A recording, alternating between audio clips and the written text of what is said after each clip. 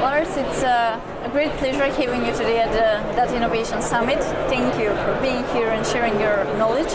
Before we dive into the questions, maybe you can give us a little more information about your background and area of expertise. Certainly. About 10 years ago, I joined Google as a software engineer, and I then saw Google was the only one doing what we call big data today, back then 10 years ago. And it became apparent to me that the advantage they got from extracting value out of the data was one of the key components in making them so successful. After leaving Google, I gravitated as much as I could towards working with data and large volumes of data. And I did that.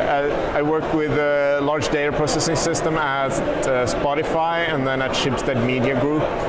And I'm nowadays an independent consultant helping other companies extract value from the data. So today you gave a presentation on building real-time data-driven products. So what is your recommendations? How do we actually build data-driven products? As far as building real-time data-driven products, my recommendation is don't. The reason is that the most data-driven products today are built on batch processing, and that is more mature. It is easier operationally. The tooling is better, and it's easier to make things stable, basically. But in some cases, you want your systems to be able to quickly react to incoming data. Yeah. And the typical example is a fraud detection system. Whereas if you have a fraudulent client, you quickly want to shut this client down before it causes more damage.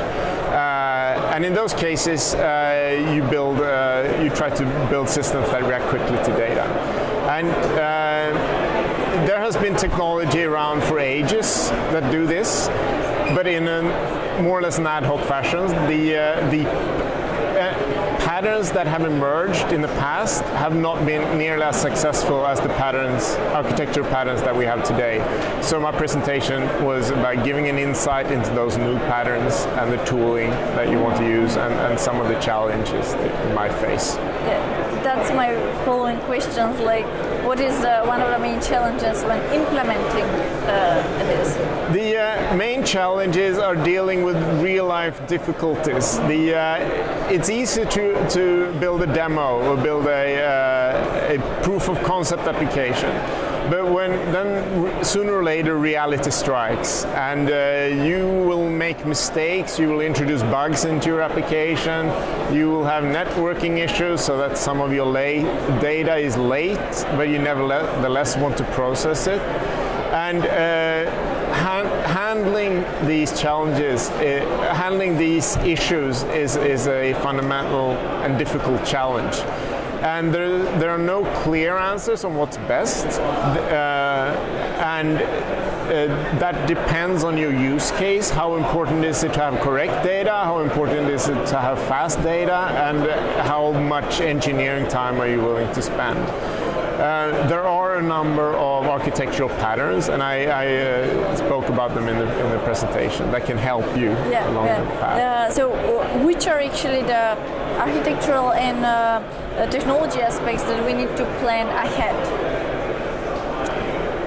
Sorry, could you repeat the question? Which are the architectural and also technology aspects that we need to plan ahead?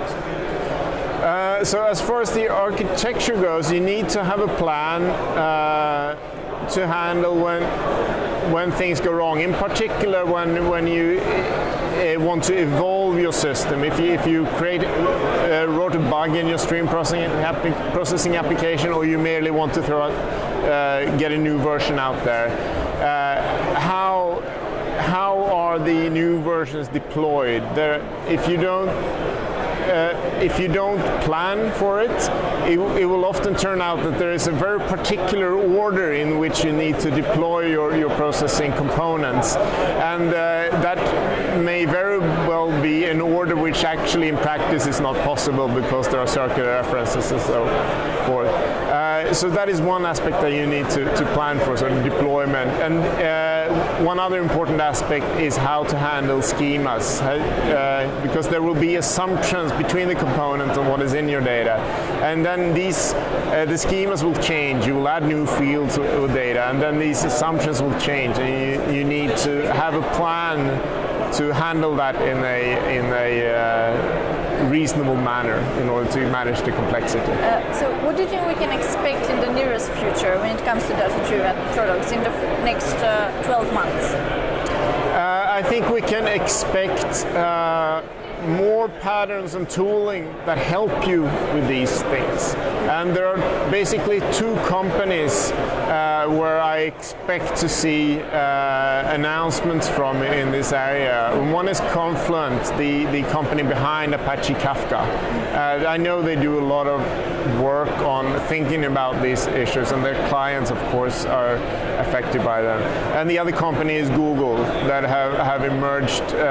They've always been leading in the field, but they have in the last few years become much more open and are releasing very high quality open source software and thereby defining where the ecosystem is going. Well, it's definitely an exciting future ahead of us, both having challenges and opportunities.